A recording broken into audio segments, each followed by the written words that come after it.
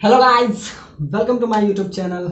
आज के इस नए वीडियो में हम देखेंगे parallel plate capacitor with a dielectric slab. अब कैपेसिटर का ऑलमोस्ट हम लास्ट मतलब इसको ख़त्म करने के ही कागार पे हैं। अब देखते हैं इसमें कुछ जो टाइप बच गया है उसको हम एक एक करके डील करते हैं और कुछ एच.सी. वर्मा का प्रॉब्लम भी इसमें हम सॉल्व करेंगे। देखिए इस क्वेश्चन में क्या है, parallel plate capacitor with dielectric slab. अब हम नए टाइप का प्रोफाइल हम यूज करेंगे कि इसमें हम स्लैब इंसर्ट करते हैं। अब तक हम डाइलेक्ट्रिक कांस्टेंट इंसर्ट कर रहे थे, लेकिन अब हम नया है, अब इसमें स्लैब पुट करेंगे और इससे बेस्ट कितने प्रॉब्लम बन सकते हैं या इस पे क्या क्या थ्योरी और आ सकता है, तो वो एक एक करके हम डील करेंगे। आई थिंक इसके बाद भी एक दो लेक्चर और आ जाए, क्योंकि वो सिर्फ रहेगा problem session. Theory part almost इसमें कंप्लीट हो जाएगा या अगले लेक्चर में। तो ध्यान से देखते हैं इसमें क्या पूछ रहा है आपसे। इसमें आपको निकालना है कि इलेक्ट्रिक फील्ड पे क्या इफेक्ट पड़ेगा, मतलब नेट इलेक्ट्रिक फील्ड क्या होगा। अब डाइलेक्ट्रिक कांस्टेंट हम एक डाइलेक्ट्रिक स्लैब हम इंसर्ट किए हैं जिसका कांस्टेंट समझ लीजिए के, इसका इलेक्ट्रिक कांस्टेंट। अब इसमें देखिए इलेक्ट्रिक फील्ड का वैल्यू एग्जैक्टली इस डायरेक्शन में होगा, एग्जैक्टली इस डायरेक्शन में होगा।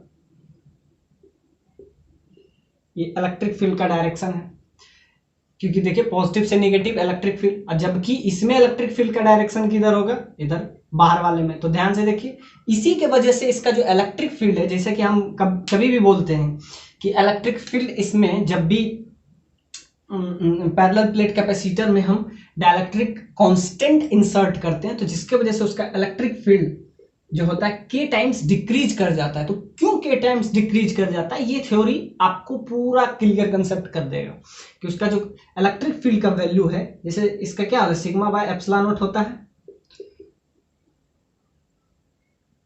इसको आप डिवाइड कर दीजिए सिंपली के से। के क्या है यहाँ पे, डाइलेक्ट्रिक कांस्टेंट। अब क्यों घट जाता है ये आपको इसमें कितना से घट जाता है और इस पे जो चार्ज होगा क्यूपी उसका वैल्यू क्या होता है, ये हम सारे इस वीडियो में एक एक करके हम डील करेंगे।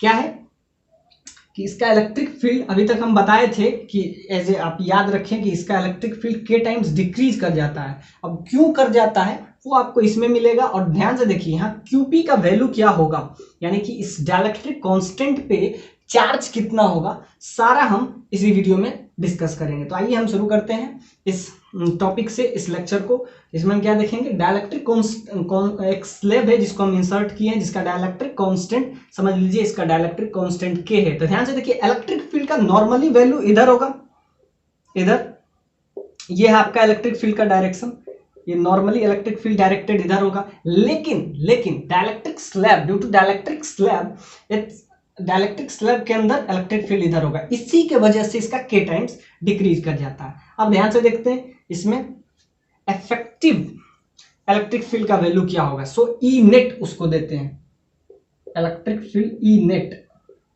ई नेट का वैल्यू क्या होगा, इसमें नेट इलेक्ट्रिक फील्ड क्या होगा। तो देखिए इसमें नॉर्मल इलेक्ट्रिक फील्ड क्या होता है,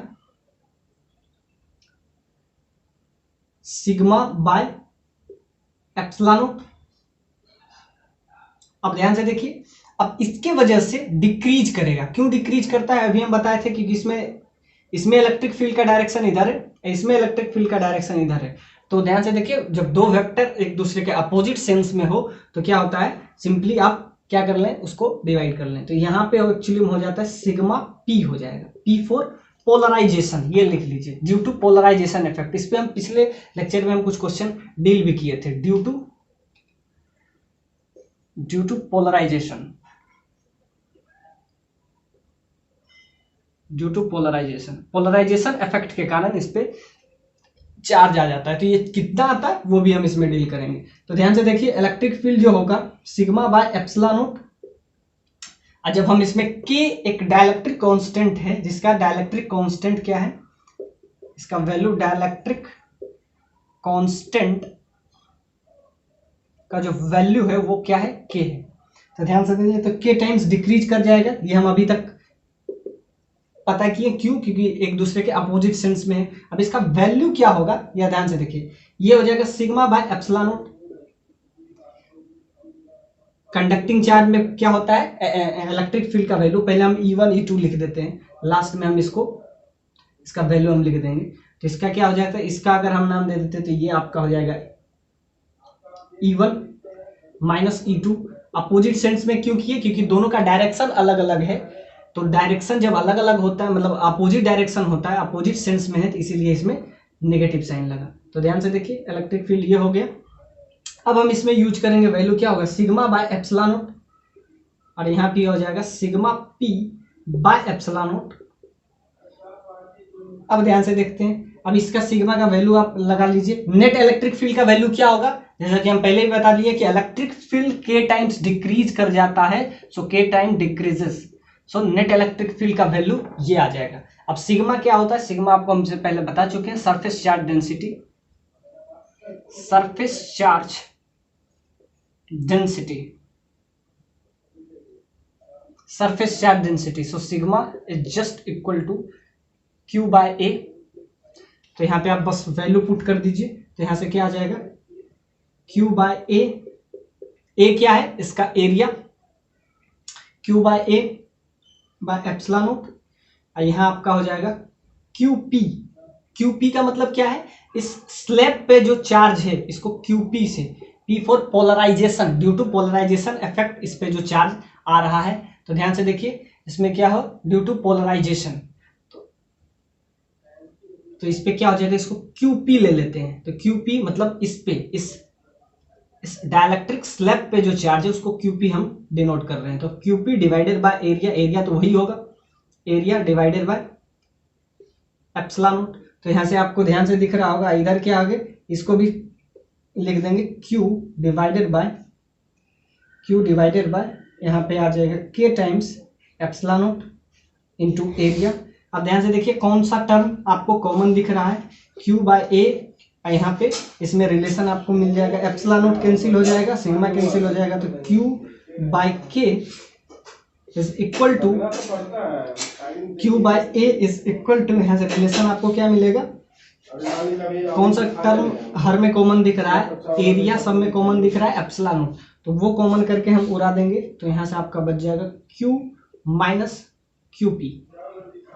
तो यहां से थोड़ा सा इसको और इजी करेंगे तो हमारा निकल जाएगा QP is just equal to, यानी इस पे जो चार्ज आएगा, कितना चार्ज आएगा उसका वैल्यू क्या आ रहा है, QP is just equal to Q minus Q by K. इसको थोड़ा सा और डील करेंगे तो यहां से हमको ये आ जाएगा कि इस पे जो चार्ज आएगा डाइलेक्ट्रिक स्लैब पे, उसका वैल्यू क्या हो जाएगा, Q कॉमन लेंगे तो 1 माइनस 1 बाय के। So this is the result. ये आप याद रखेंगे कि इस डाइलेक्ट्रिक स्लैब पे जो चार्ज होगा क्या हो जाएगा, QP का वैल्यू आपका क्या आ गया, Q 1 माइनस 1 बाय के। तो ये आप रिजल्ट याद रखेंगे। और नेट इलेक्ट्रिक फील्ड के टाइम्स डिक्रीज करता है, ये हम पहले भी बता चुके हैं, क्यों, क्योंकि अपोजिट सेंस में लगता है जिसके वजह से। तो नेट इलेक्ट्रिक फील्ड भी आपको पता चल गया, क्यों डिक्रीज करता है, उसका वैल्यू। अब हमको ये पता चले, यहां तक तो हम सीख लिए, अब हमको लाना है कि नेट चार्ज क्या होगा। अब ध्यान से देखिए, ड्यू टू पोलराइजेशन इफेक्ट के कारण, इधर पॉजिटिव है तो इधर अपने आप निगेटिव बन जाता है, क्यों, क्योंकि पॉजिटिव निगेटिव एक दूसरे को क्या करता है, अट्रैक्ट करता है।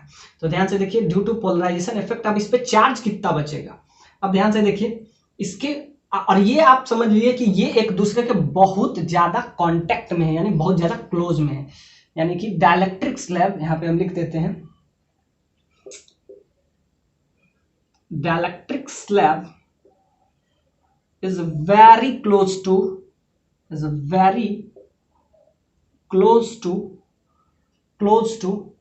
capacitor plate. Dielectric slab is very close to capacitor slab. मतलब ये कैपेसिटर जो ये स्लैब है, कैपेसिटर प्लेट समझ लीजिए तो ज्यादा बेटर है। यानी कैपेसिटर का जो ये प्लेट है उससे बहुत ज्यादा क्लोज में है। आपको ये फिगर में भी दिख रहा है, it's very close to it, क्योंकि जब क्लोज में रहता है तभी आपको ये इफेक्ट देखने को मिलता है, due to polarisation effect. So dielectric slab is very close to capacitor plate. जिसके वजह से अब इस पे हमको नेट चार्ज देखना है। अभी तक तो हम क्या देखे कि क्यूपी का क्या वैल्यू होता है, नेट इलेक्ट्रिक फील्ड क्यों डिक्रीज कर जाता है के टाइम्स, ये सब हमें भी देखे। अब हमारा नया क्वेश्चन इसमें अराइज होगा कि इस पे अब नेट चार्ज कितना होगा। अब इसके वजह से इस पे क्या आ रहा है, पोलराइजेशन इफेक्ट, जैसा कि इस पे हम बेस्ट प्रीवियस लेक्चर में हम बहुत सारा क्वेश्चन भी किए थे, तो वहां पे भी हम पोलराइजेशन इफेक्ट देखे थे। अब हम इस पर इसका चार्ज देखेंगे कि कितना चार्ज होगा। तो आपको पहले पता है इसका, इस पे चार्ज पहले से क्यू था, लेकिन ड्यू टू पोलराइजेशन इस पे एक और चार्ज आएगा माइनस क्यूपी। क्यों? क्योंकि इलेक्ट्रिक फील्ड डिक्रीज कर रहा है, तो जब डिक्रीज करेगा तो चार्ज भी तो डिक्रीज करेगा। अब आप क्या देखें अभी तक कि इसमें जो इलेक्ट्रिक फील्ड है वो के टाइम्स डिक्रीज कर रहा है। जब इलेक्ट्रिक फील्ड जब के टाइम्स डिक्रीज करेगा तो चार्ज भी तो डिक्रीज करेगा। अब चार्ज कितना डिक्रीज करेगा, ये आपको चार्ज का वैल्यू आपको आ गया। तो अभी ये देखते हैं कि नेट चार्ज उस पर क्या होगा। नेट इलेक्ट्रिक फील्ड तो आपको पता चल गया कि सिग्मा बाई के एप्सिलॉन नॉट है। अब हम निकालेंगे नेट चार्ज क्या होगा। अब नेट चार्ज आपको पहले से आपको चार्ज पता है क्यू। अब रिजल्टेंट चार्ज, तो यहाँ ध्यान से देखिए, तो इलेक्ट्रिक फील्ड तो डिक्रीज करता ही है और इसमें क्या डिक्रीज करता है, चार्ज भी डिक्रीज करता है। तो अब इस पे चार्ज क्या होगा, अब निकाल लीजिए। आपको क्या पता है, क्यू पहले से पता है, क्यू का वैल्यू क्यूपी, क्यूपी के वजह से इसमें क्यू चार्ज है, तो क्यू माइनस क्यूपी आप निकाल लीजिए, तो आपका क्या आ जाएगा। अब हम निकालेंगे net charge.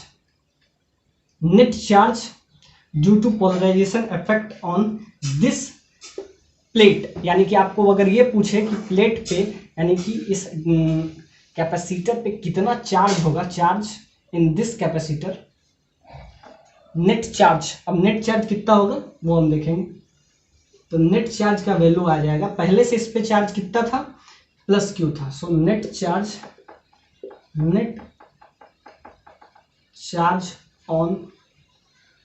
On this capacitor,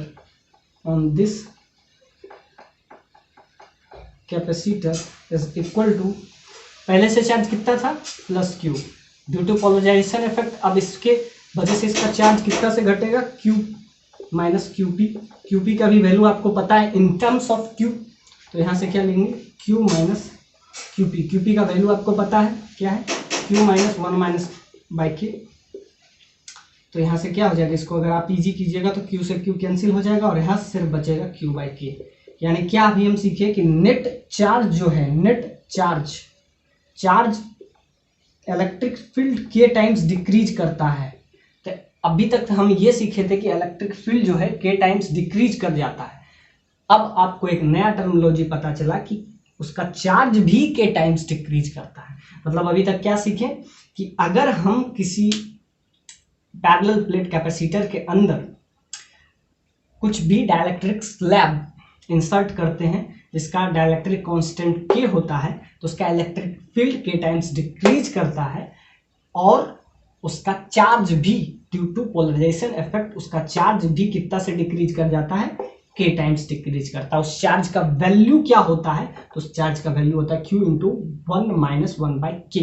यानी कि वैल्यू क्या होता है, इलेक्ट्रिक फील्ड क्या होता है, उस पर नेट चार्ज क्या होता है, नेट इलेक्ट्रिक फील्ड क्या होता है, सारे अब इसमें हम देखेंगे। अब हम इस पे और भी कुछ इसमें बन सकता है कि इस पे कितना फोर्स लगता है। तो क्या देखें कि डाइलेक्ट्रिक कांस्टेंट जब हम पैरेलल प्लेट कैपेसिटर में इंसर्ट करते हैं तो उसका कैपेसिटेंस इंक्रीज करता है, इलेक्ट्रिक फील्ड डिक्रीज करता है और क्या करता है, चार्ज भी डिक्रीज करता है। कितना से, के टाइम्स। इलेक्ट्रिक स्लैब जो है कितना फोर्स एक्सर्ट कर सकता है, और अब इस बार हम फोर्स निकालेंगे। एक इसको हम सेल से कनेक्टेड कर लिए जिसका ईएमएफ आपको दिया गया है, ई है, ई उसका ईएमएफ है। अब हम निकालेंगे अब इस पे फोर्स कितना लगाएगा।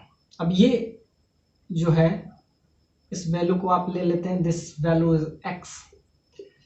तो अब हम ये भी इसमें देखेंगे क्या ये एसएचएम है, एसएचएम वाला चैप्टर हम पहले पढ़ा चुके हैं। सो इज दिस एसएचएम, क्या ये इसका ये एसएचएम है, ये हम सारे इसमें डिस्कशन करेंगे। इसका जो फोर्स लग रहा है वो कितना है और ये फोर्स क्या एसएचएम टाइप फोर्स है। तो एसएचएम हम पहले बता चुके हैं कि एसएचएम में क्या होता है, एफ बराबर माइनस के एक्स होता है, ये हम पहले बता चुके हैं। तो बस हम ये देखेंगे कि ये फोर्स कितना लग रहा है। अभी तक तो हम ये देखे थे कि चार्ज कितना होता है, इलेक्ट्रिक फील्ड चार्ज के टाइम्स डिक्रीज कर जाता है, इलेक्ट्रिक फील्ड भी के टाइम्स डिक्रीज करता है। अब हम ये देखेंगे कि फोर्स जब हम इसको इस टाइप से एक्सर्ट करते हैं तो इस पर कितना फोर्स लगता है, इसका फोर्स का वैल्यू क्या होता है। तो जैसे कि हम पहले भी बता चुके हैं कि क्या होता है, ये डिफरेंस आपको डी दिया हुआ है। समझिए कि सपोज दैट इधर फोर्स लगा एफ, अब इस एफ का वैल्यू क्या होगा, तो जैसा कि हम पहले भी बता चुके हैं हाफ सी वी स्क्वायर, इसको हम प्रूव भी किए थे। एनर्जी में क्या होता है, हाफ सी वी स्क्वायर। ये आपको वर्क डन करना पड़ता है, तो इसमें हाफ तो आपको दिख रहा हो, ये आपको वर्क डन भी समझ लीजिए, एनर्जी भी जो भी समझ लीजिए, इसका वैल्यू आता है हाफ सी वी स्क्वायर। अब सी क्या है, सी आपको पता है कैपेसिटेंस, सी जो है कैपेसिटेंस है, कैपेसिटेंस ऑफ कैपेसिटर, ये कैपेसिटेंस है।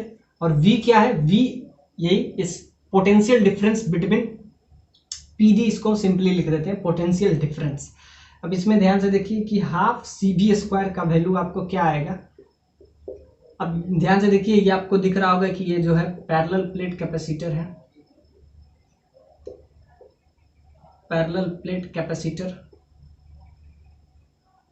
अब इसका कैपेसिटेंस आपको पता होगा क्या होता है, epsilon naught A by D, D इस दोनों के बीच का गैप है। तो यहाँ से हम क्या निकाल लेंगे, हम यहाँ से वर्क डन निकाल लेंगे, वहाँ से हम फिर फोर्स निकालने का कोशिश करेंगे, और उसमें हम फिर ये चेक करेंगे कि इज दिस एसएसएम, क्या ये एसएसएम है, एसएसएम टाइप फोर्स लग रहा है। तो ध्यान से देखिए, हाफ सी का वैल्यू यहाँ पे आ जाएगा कैपेसिटेंस। तो इसमें जो फोर्स का अभी हम सिर्फ निकाल रहे हैं वर्क डन का वैल्यू, लास्ट में हम फिर निकालेंगे कि क्या ये एसएचएम है और इसका फोर्स का वैल्यू क्या है। अभी हम वर्क डन सिंपली निकाल रहे हैं क्योंकि ये हम पहले बता चुके हैं, तो उसी से कोरिलेट कर रहे हैं। तो ये हाफ सी वी स्क्वायर सी का वैल्यू क्या हो जाएगा, epsilon naught A by D, और आपको पता है पोटेंशियल डिफरेंस क्या है, जिसको हम एक्सेल लगाएं उसका पोटेंशियल क्या है, ई, सो ई स्क्वायर। सो यहां से आपका आ जाता है half epsilon naught A by D into E square, ये आपका वर्क डन आ गया। अब ये जबकि हमको निकालना क्या है, फोर्स। तो ध्यान से देखिए, इतना वर्क डन करना पड़ेगा जब हम इसको इसके अंदर क्या कर रहे हैं, इंट्रोड्यूस कर रहे हैं, या क्या कह सकते हैं कि इस डाइलेक्ट्रिक स्लैब को, ये डाइलेक्ट्रिक स्लैब को इंसर्ट कर रहे हैं,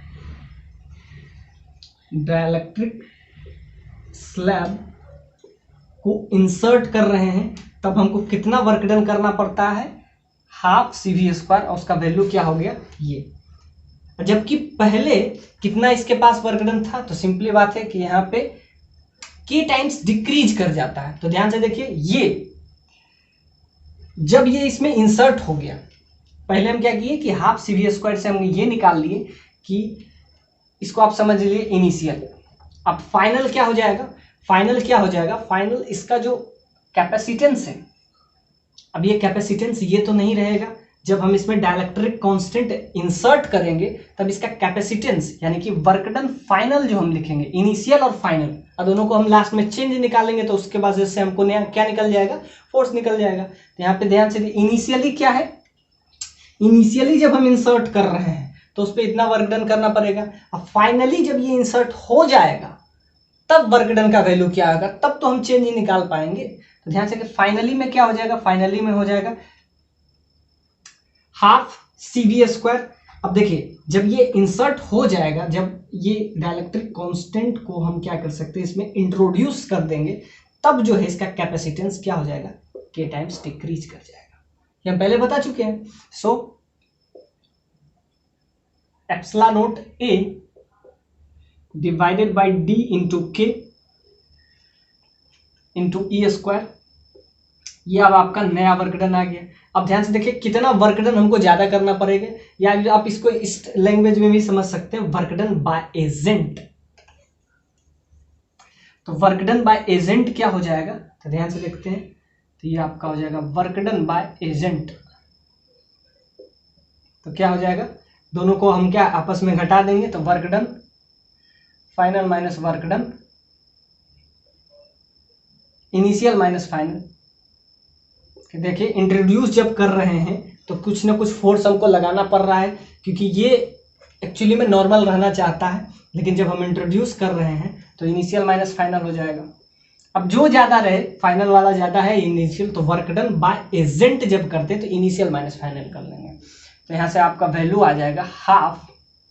बाकी सारा टर्मिनोलॉजी आपका कॉमन ही दिखेगा, और यहाँ पे अगर आप निकालें तो क्या आ जाएगा, epsilon naught A by D.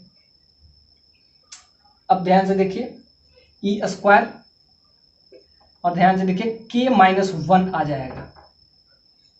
तो ध्यान से देखिए इतना आपका, आप इसको सिंपली आप क्या कर लीजिए, वर्क डन बाय एजेंट जब हम निकालेंगे तो यहां से आपका चेंज इन वर्क डन आ जाएगा। अब हम निकालते हैं फोर्स। जब हम फोर्स निकालेंगे, फोर्स ड्यू टू एजेंट, जब हम फोर्स का वैल्यू सिंपली निकालेंगे, फोर्स का वैल्यू, तो क्या हो जाएगा, फोर्स का वैल्यू आप याद रखिएगा, सिंपली यहां से हाफ सी वी स्क्वायर से वहां से भी निकाल लेंगे। तो फोर्स क्या होता है, work done F dot S. Displacement कितना हो रहा है आपको दिख रहा होगा, सिंपली आपको डिस्प्लेसमेंट दिख जाएगा। वर्क डन क्या होता है, एफ डॉट एस। यहाँ डिस्प्लेसमेंट आपको दिख रहा है एक्स का डिस्प्लेसमेंट हो रहा है, क्योंकि एक्स जो है डाइलेक्ट्रिक जो कांस्टेंट है, स्लैब है, वो अंदर है और बाकी बाहर है, तो एक्स तक ही फोर्स लगा पाएगा, क्योंकि बाहर वाले पे तो फोर्स नहीं लगा पाएगा। तो वर्क डन क्या हो जाएगा, एफ डॉट एस, तो एफ डॉट एक्स, तो वहां से आपका आ जाएगा। और इसका वैल्यू आप हमेशा इस याद कीजिएगा, half epsilon naught A by D E square, और याद रखिएगा के माइनस 1 हो जाएगा। यानी ध्यान से देखिए, इसका कैपेसिटेंस के टाइम्स इंक्रीज कर जाता है, तो यहाँ पे के डिक्रीज नहीं करेगा, के टाइम्स इंक्रीज कर जाता है, तो वहां से आपका आ जाएगा के टाइम्स इंक्रीज कर जाता है, कैपेसिटेंस, इलेक्ट्रिक फील्ड डिक्रीज कर जाता है, कैपेसिटेंस इंक्रीज कर जाता है। हमारे दिमाग में इलेक्ट्रिक फील्ड ही चल रहा था। हाँ, के टाइम्स इंक्रीज कर जाएगा, तो फाइनल माइनस इनिशियल जब कीजिएगा तो आपका आ जाएगा, सिंपली यहाँ से फाइनल माइनस इनिशियल कीजिएगा तो आपका क्या आ जाएगा। और ध्यान से देखिए वर्क डन क्या होता है, एफ डॉट एस, तो वहां से आपका क्या निकल जाएगा, सिंपली इतना फोर्स लगेगा इसको इंसर्ट करने में या इंट्रोड्यूस करने में। तो अब आप हमेशा याद रखेंगे इस फोर्स का वैल्यू। और अब एक क्वेश्चन और पूछे थे, क्या ये एसएचएम है, तो नहीं, ये एसएचएम नहीं है। क्यों नहीं है, तो ये आपको यहाँ से दिखने को मिल जाएगा। एसएचएम क्या होता है, एसएचएम में अभी हम लिखे थे कि एसएचएम फोर्स जो हो जाएगा K into x with negative sign, और इसमें जो फोर्स होता है ये वेरिएबल होता है, ये हम बताए थे पहले भी, इसमें वेरी करते रहता है। और वो किस पे डिपेंड करता है, वो एक्स के वैल्यू पे डिपेंड करता है। ये तो कांस्टेंट है, लेकिन एक्स का वैल्यू बढ़ेगा तो फोर्स का वैल्यू बढ़ेगा या घटेगा। So F is a variable force. और यहाँ पे आपको क्या दिख रहा है, हर चीज कांस्टेंट है, ई स्क्वायर कांस्टेंट है, एप्सिलॉन नॉट कांस्टेंट है, एरिया कांस्टेंट है, यहाँ पे के कांस्टेंट है, के माइनस 1, तो हर चीज यहाँ पे क्या दिखेगी, इट इज कांस्टेंट। ये आपको क्या दिख रहा है, कांस्टेंट, इसका वैल्यू क्या है, कांस्टेंट है। तो कांस्टेंट के वजह से ये क्या होगा, ये एसएचएम नहीं होगा। तो अगर आपसे ये क्वेश्चन भी पूछा जाए क्या ये एसएचएम है, तो एसएचएम नहीं है, क्योंकि एसएचएम में जो भी फोर्स होगा वो एक्स पे डिपेंड करता है। एक्स वेरी करेगा तो फोर्स का वैल्यू भी वेरी करता है, डायरेक्शन भी बदलता है, हर चीज बदलता है। इसमें ध्यान से देखिए, फोर्स तो एक ही डायरेक्शन में लग रहा है, तो इसमें अगर फोर्स का वैल्यू पूछे, चार्ज का वैल्यू पूछे, इलेक्ट्रिक फील्ड का वैल्यू पूछे, वर्क डन पूछे, कुछ भी पूछे इस टाइप के क्वेश्चन में, तो आप डील आपसे हो जाना चाहिए, क्योंकि इसके हम सारे प्रोफाइल कवर अप कर लिए हैं। अब हम कुछ देखते हैं नेक्स्ट टाइप, एच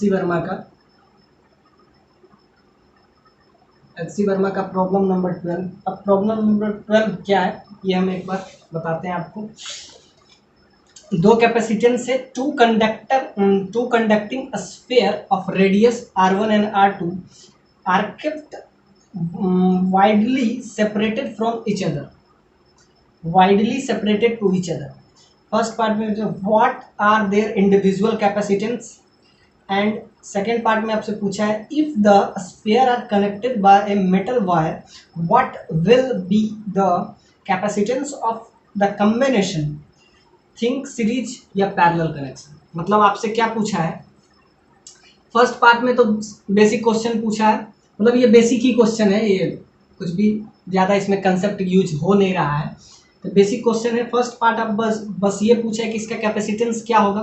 तो जैसा कि हम इस पर पूरा डिटेल एनालिसिस किए थे, इसका हम डेरिवेशन करके, तो आपका क्या आया था R1, ये आपका आ गया। इसको अगर हम C1 ले लेते हैं और इसको C2 ले लेते हैं तो C1 का वैल्यू ये आ गया, फर्स्ट वाला का कैपेसिटेंस। सेकेंड वाला का कैपेसिटेंस क्या हो जाएगा 4 pi epsilon not R2। Simply capacitance ये हम पूरा इसका हम क्या डेरिवेशन के थ्रू लाए थे। अब हमको कह रहा है कि ये फर्स्ट पार्ट था, ए पार्ट। अब बी पार्ट आपसे ये पूछ रहा है कि इस दोनों को, पहले तो एक दूसरे से वाइडली सेपरेटेड था, अब इस दोनों को क्लोज करते हैं, मतलब with the help of wire, with the help of wire. Wire से हम क्या कर रहे हैं, इस दोनों को इस टाइप से। अब इसमें क्या करें, पैरेलल कनेक्शन करें या सीरीज कनेक्शन, जिससे इसका कॉम्बिनेशन मतलब इसका कैपेसिटेंस जो है मैक्सिमम होना चाहिए। यानी आपसे पूछ रहा है कि capacitance what will be the capacitance of capacitor, think. अब हमको क्या करना चाहिए कि ये दोनों को सीरीज में रखना चाहिए या पैरेलल में, ये आपसे क्वेश्चन पूछा है। यानी कौन सा कॉम्बिनेशन ज़्यादा सूटेबल होगा। With the help of wire हम इस एक दूसरे को कांटेक्ट किए, तो आप क्या चाहेंगे। अब एक बार हम ध्यान से देखते हैं कि अगर ये पैरेलल हुआ तो पैरेलल कॉम्बिनेशन और सीरीज कॉम्बिनेशन, ये क्वेश्चन बहुत ही बढ़िया है, थिंक अबाउट इट पूछा है। तो अगर हम इसको सिंपली, दो ही कॉम्बिनेशन है, एक बार सीरीज करते हैं एक बार पैरेलल करते हैं। जब सीरीज करेंगे तो क्या होता है, सीरीज में एक्चुअली में हम कहे थे π/2 लेस करता है, तो जो सीरीज है यानी वो पैरेलल है। तो ध्यान से देखिए, तो सीरीज में जो होगा तो उसका क्या हो जाएगा C1 into C2 divided by C1 plus C2। अब यहाँ से ये वैल्यू आ जाएगा। और अगर ये पैरेलल है, ये आपका सीरीज कॉम्बिनेशन, अगर ये पैरेलल है तो इसका वैल्यू क्या हो जाएगा, अगर ये पैरेलल है तो क्या हो जाएगा C1 प्लस C2। तो आपको क्या लगता है कि हम सीरीज में ले या पैरेलल में ले। तो अगर हम इसको सीरीज में लेते हैं तो इसका कैपेसिटेंस का वैल्यू क्या होगा। सिंपल सा बात है कि आपको अगर मैक्सिमम चाहिए या मिनिमम चाहिए, तो अगर मैक्सिमम चाहिए, कैपेसिटेंस आपको मैक्सिमम चाहिए, तो आपको पैरेलल में जाना चाहिए। क्योंकि क्या चाहते हैं हम लोग, अल्टीमेटली चाहते क्या है, उसका कैपेसिटेंस मैक्सिमम होना चाहिए। तो मैक्सिमम कैपेसिटेंस होगा, इसीलिए तो हम उसमें डाइलेक्ट्रिक स्लैब इंसर्ट करते हैं, डाइलेक्ट्रिक कांस्टेंट इंसर्ट करते हैं, जिसकी वजह से उसका कैपेसिटेंस के टाइम से इंक्रीज करता है। तो हम चाहते क्या है कि उसका कैपेसिटेंस मैक्सिमम होना चाहिए। तो ये आपको सोचना पड़ेगा, क्वेश्चन में मेंशन नहीं है कि उसका कैपेसिटेंस मैक्सिमम निकालिए, आपसे बस ये पूछा है क्या इस दोनों को हम किस कॉम्बिनेशन में लें, वेदर इट इज पैरेलल और सीरीज। सो अगर हम पैरेलल लेते हैं तो ये आता है, दोनों को हम एक बार क्वांटिफाइड कर लिए कि एनालिसिस करेंगे कि पैरेलल अगर हुआ तो ये, सीरीज हुआ तो ये। तो आप क्या चाहेंगे कि उसका कैपेसिटेंस मैक्सिमम होना चाहिए। हम हमेशा यही चाहते हैं, इसलिए हम सारा क्वेश्चन डाइलेक्ट्रिक में हम लगा देते हैं, क्योंकि उसका कैपेसिटेंस के टाइम से इंक्रीज करता हो। तो ध्यान से देखिए, हम चाहेंगे कि उसका कैपेसिटेंस मैक्सिमम हो, कैपेसिटेंस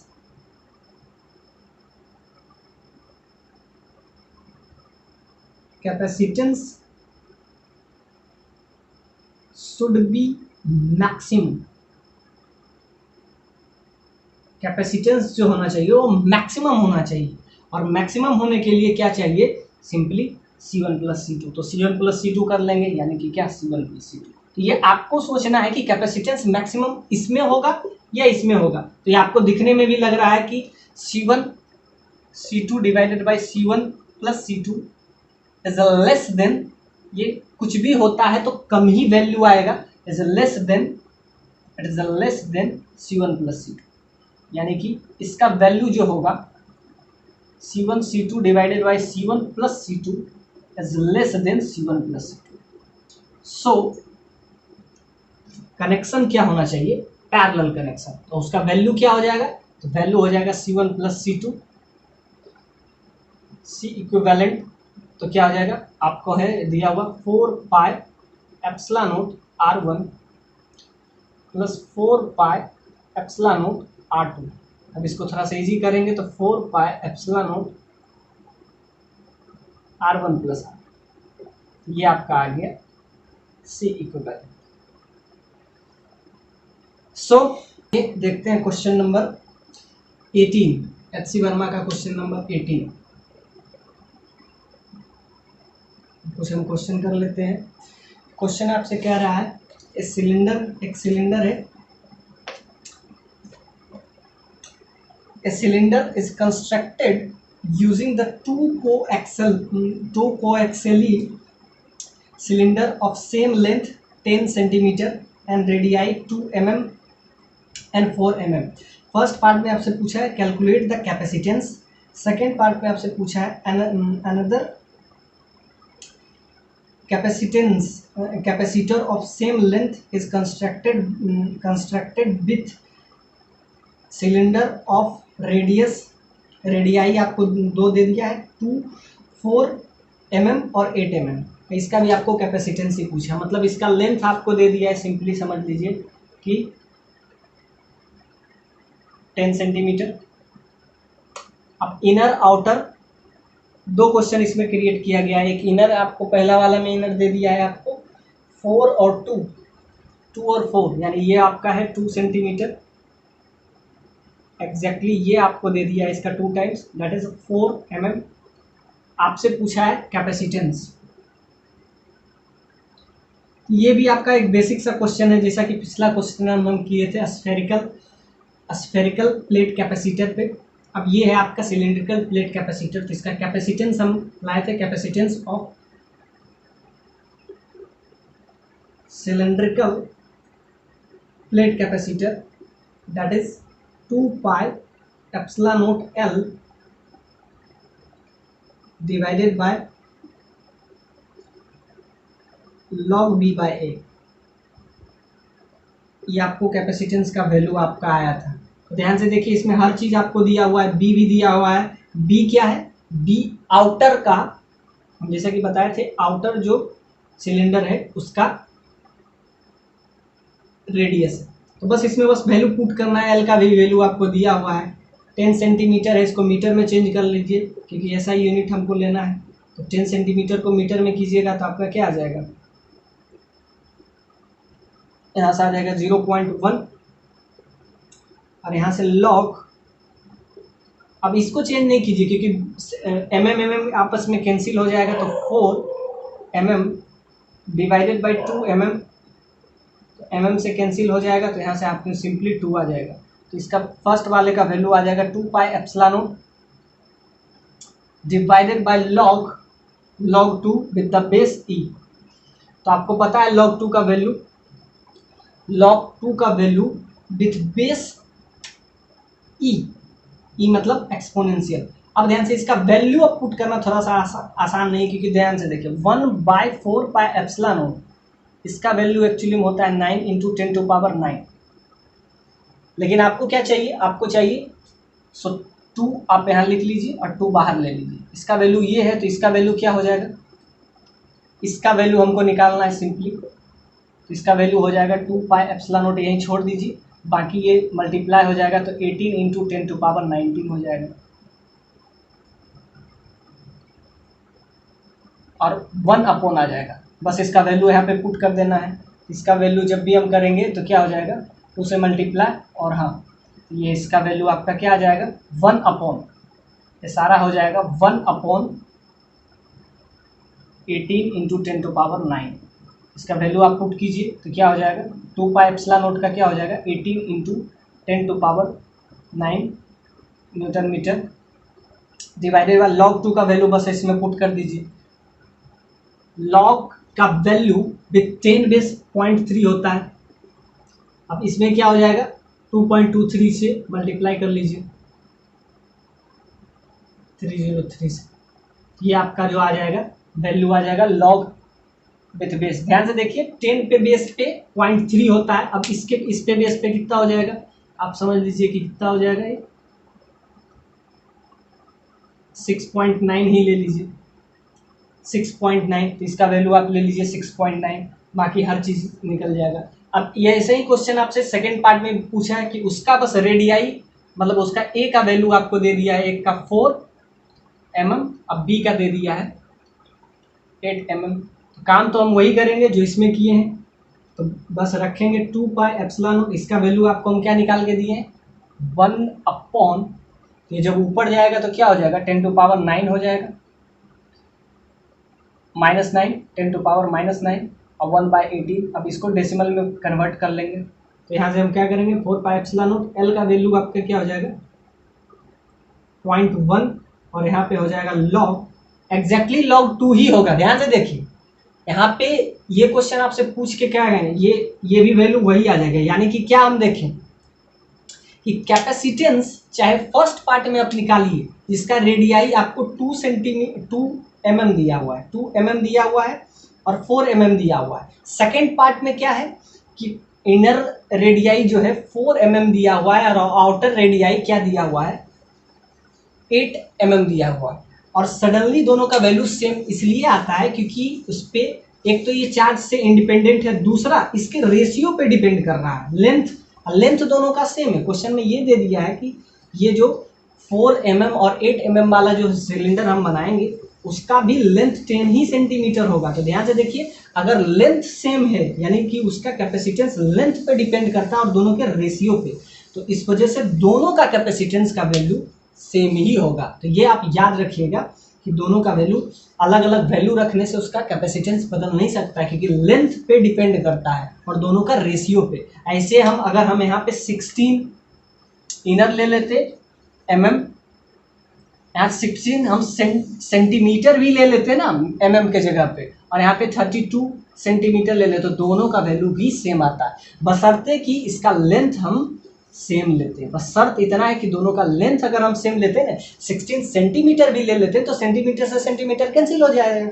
b/a में सेंटीमीटर से सेंटीमीटर कैंसिल हो जाएगा। तो ध्यान से देखिए ये mm है और ये सेंटीमीटर है, तो ध्यान से देखिए क्या आप सीखे इससे सीखे ये कि उसका लेंथ पे ज़्यादा डिपेंड, लेंथ के डायरेक्टली प्रोपोर्शनल होता है।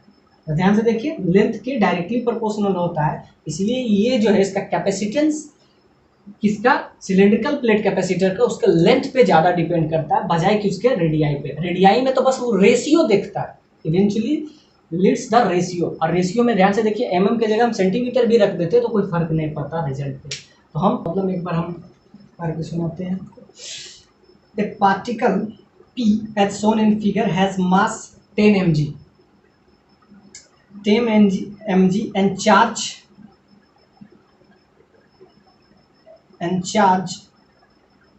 0.1 microcoulomb. Each plate has surface area 100 centimeter square at one side. What the potential difference V should be applied so the combination to hold the particle P in equilibrium position. मतलब V का कितना value हम रखें ताकि ये particle को hold करके रखें।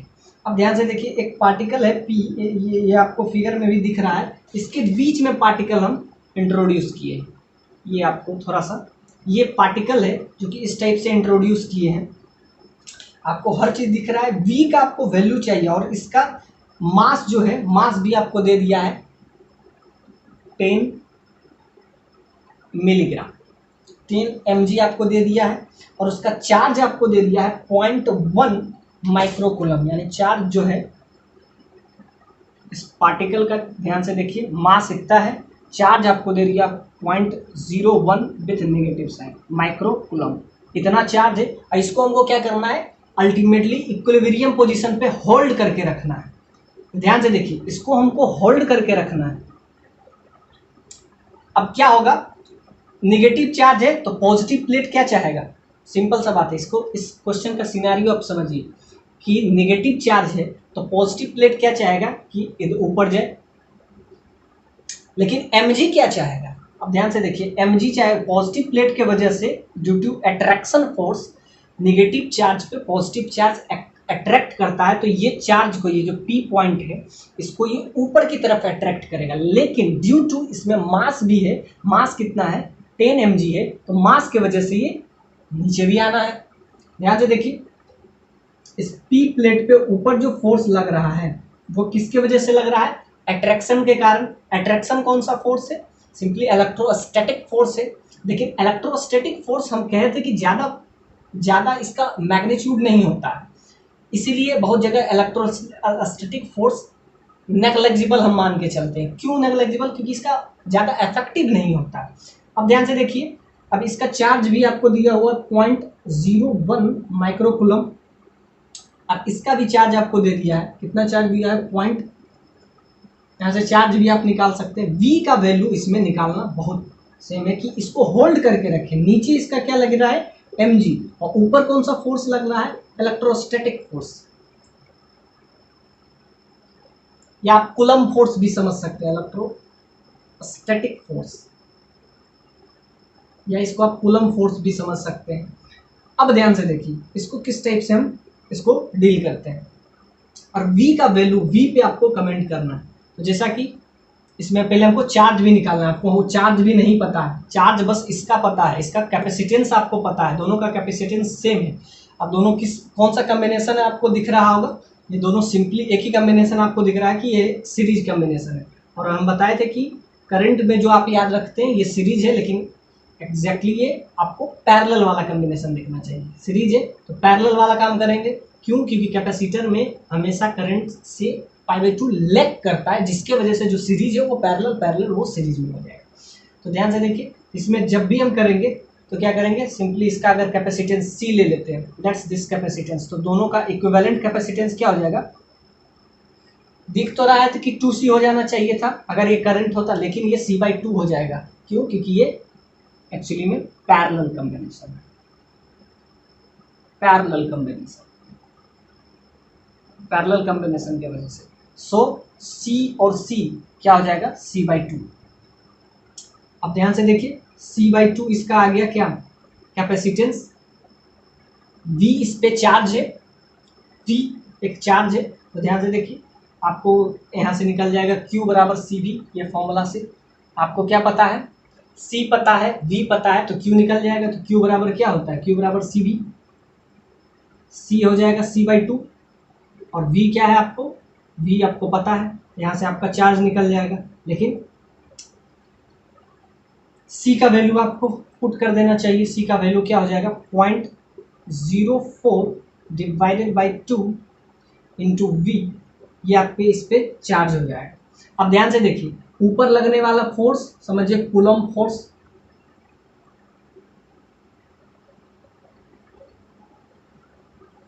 कूलम फोर्स के वजह से, कूलम फोर्स का वैल्यू आपको पता है कि ये एक दूसरे के अट्रैक्ट कर रहे हैं। तो ध्यान से आप ऐसे भी समझ सकते हैं कि यहाँ पे एक तो पॉजिटिव चार्ज नेगेटिव चार्ज को अट्रैक्ट करेगा। अब कितना यहाँ पे हम निकालेंगे इलेक्ट्रिक फील्ड का वैल्यू, जैसा कि बाकी सारे क्वेश्चन में हम इलेक्ट्रिक फील्ड का वैल्यू निकाले हैं। क्या होता है पैरेलल प्लेट कैपेसिटर में इलेक्ट्रिक फील्ड का वैल्यू, अगर याद हो तो बेटर है, sigma divided by epsilon not. अब आपको हर चीज दे दिया है, sigma divided by epsilon not, तो यहाँ से E निकल जाएगा। और सिंपल सा बात है, Q जब चार्ज है तो उस पर फोर्स कितना लगता है, तो फोर्स का वैल्यू भी हम आपको बताए थे जब इलेक्ट्रोस्टैट पढ़ा रहे थे। तो इलेक्ट्रोस्टैट में क्या होता है QE, E का भी वैल्यू आपको पता है, Q का भी वैल्यू पता है, और यही जो ऊपर जो लग रहा है फोर्स ये QE है, इलेक्ट्रोस्टैटिक फोर्स या कूलम फोर्स भी आप कह सकते हैं। वही फोर्स mg को क्या करेगा, बैलेंस करेगा, यही तो क्वेश्चन है, और उससे हमको लास्ट में v का वैल्यू निकालेंगे। तो ध्यान से देखिए, इसमें E का भी वैल्यू आपको निकल गया, Q का भी वैल्यू आपको पहले से दिया हुआ है, Q का वैल्यू क्या दिया हुआ है 0.1 माइक्रोकूलम, और यही एक दूसरे को बैलेंस कर रहा है। सो हम लिख सकते हैं due to balancing force, balance ऊपर जितना फोर्स लग रहा है तो आप ऐसा समझ सकते हैं एट इक्विलिब्रियम पोजीशन